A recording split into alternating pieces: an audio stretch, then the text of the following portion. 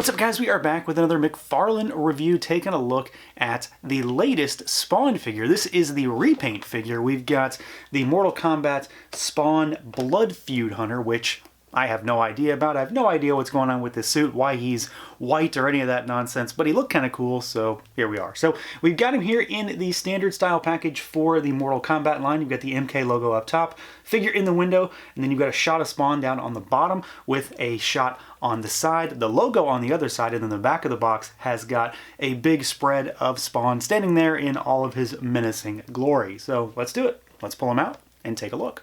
And here he is out of the package, our Blood Feud, what is this thing called? And here he is out of the package, our Blood Feud Hunter Spawn figure. So this guy is just a repaint. There is nothing new when it comes to this figure. And I know this is, what, our fourth Spawn that uses this body mold at this point.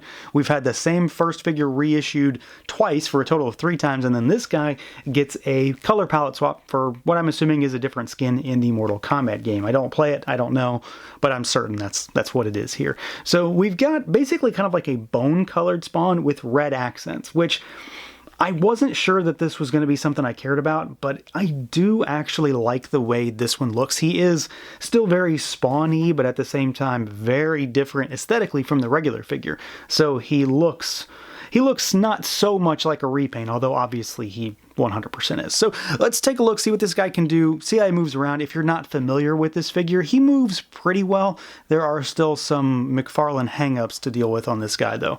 So to start with, we've got a head that can look up a little bit. He can look down a little bit as well. You've got your tilt side to side and then rotation.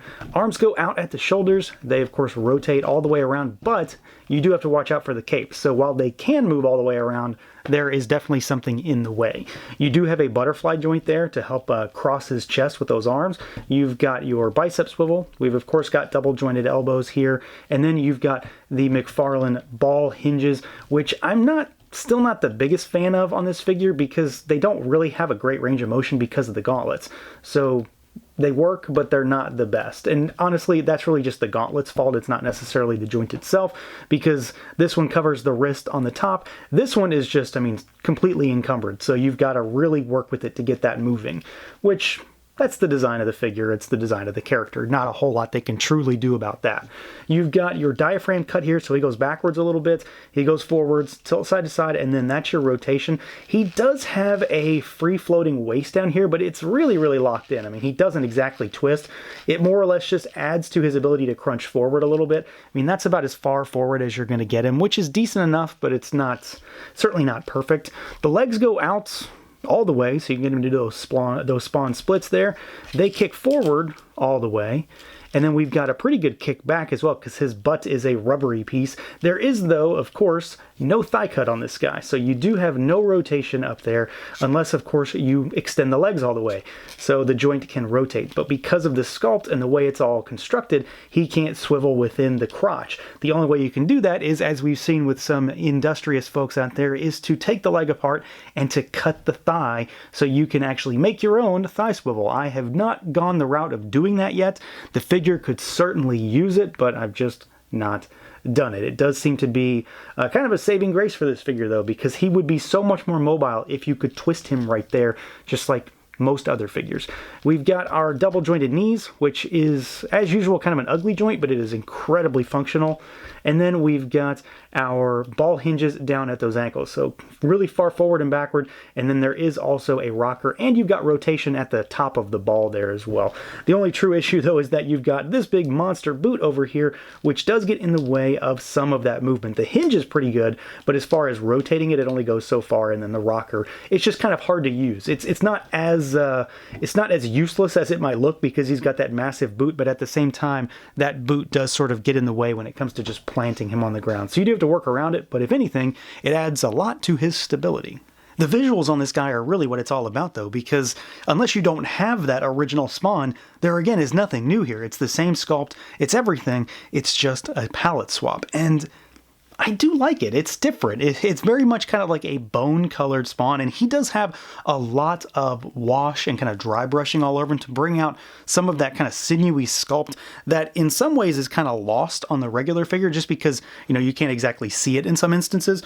But this guy very much has it in spades when it comes to being able to see all that kind of sinew and texture in the musculature. It's obviously there on all the figures, but this guy does have a lot of kind of this brown dry brushing all over him that brings it out a little bit more. He, of course, also has the blood splatter, and that's kind of like a thing with the, I don't know if it's a full wave of figures, but it's very much a themed set of figures for the McFarlane Mortal Kombat line. So you've got various figures like Raiden and Sub-Zero that have different variants, but also have like blood splatter all over them. Of course, it all ties into MK, so that's one of the running themes with this figure, and you see he's got a big blood splatter across his chest and on his thigh. I could take that or leave it. It's not a huge deal for me. It doesn't really matter. It doesn't really increase or decrease my interest in this figure, but it is pretty well done. He's actually got some on his hand as well. So it's kind of like, you know, blood splattered up the side of him, which I think is pretty well done. I mean, it looks nice. And then the overall red design for the figure is really well done as well. It ties into the idea of Spawn's normal colors because it's very much a Spawn red.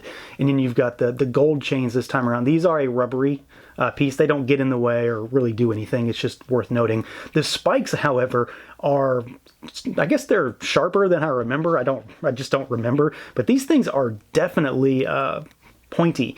So much so that when you're playing around with it, you know, you might want to watch out. It's not like they're going to break the skin or anything, but they aren't necessarily the most comfortable aspect of this figure either.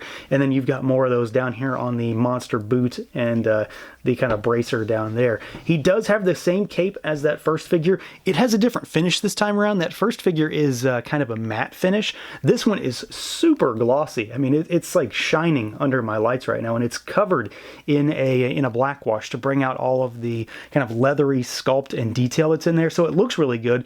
It is one of those kind of tattered capes, so it hangs in a very asymmetrical pattern, but I do like it. The only real downside is that it is what it is. It's a rubbery cape, so you have to work around it.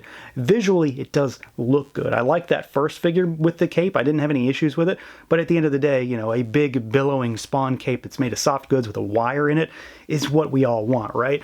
So I do like it. It's just not the most functional thing, and you do kind of have to work around it. But I do like still the visuals on this figure, and a lot of that comes through with the color scheme. This red and this kind of bone, it just does it for me, and I'm not really sure why. Again, I didn't think that I was going to like this at first, but when I saw it, I said, yeah, this actually looks a lot cooler than I expected, and that's coming from someone who isn't like the most die-hard Spawn fan. I just think it looked like a cool figure, and a lot of that does come through with the head sculpt because it was one of my favorite aspects of that first figure, and it's kind of the same thing here. More of that bone color with more of that brown wash to bring out a lot of the striations and sculpt in there, because there is a lot of sculpt covering this entire figure. Everything has some sort of sinewy, muscly detail. And then you've got, you know, the telltale Spawn wrappings up on his face with those neon green eyes.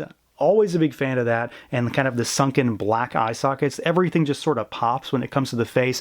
The white with the red on top of that, with the black on top of that, with the green on top of that. It's just a very layered approach to how the colors pop, and they look really good next to each other. So it may be something that we have seen too many times at this point, especially if you're into collecting all those extra weapons. But this figure does look really cool, and I'm glad that we got something that's at least a little bit different this time around and not just a figure with a new weapon. This guy is an entirely different palette swap that looks strikingly unique and different from that first figure. And speaking of, here is the older Spawn for comparison's sake. This is the original release, so the one that, well, he has the sword, so the one with the sword. And you can see there's really not a lot to compare to, but just to give you an idea of what they look like next to each other. So we got our new one, we've got our first release, and they very much are the exact same figure, but this is a pretty cool palette swap. It's unique, it's very different from the regular Spawn, while still very much looking like Spawn. So yeah, nothing to compare to. Truly, same parts, same construction, same articulation, just a wildly different approach to color schemes.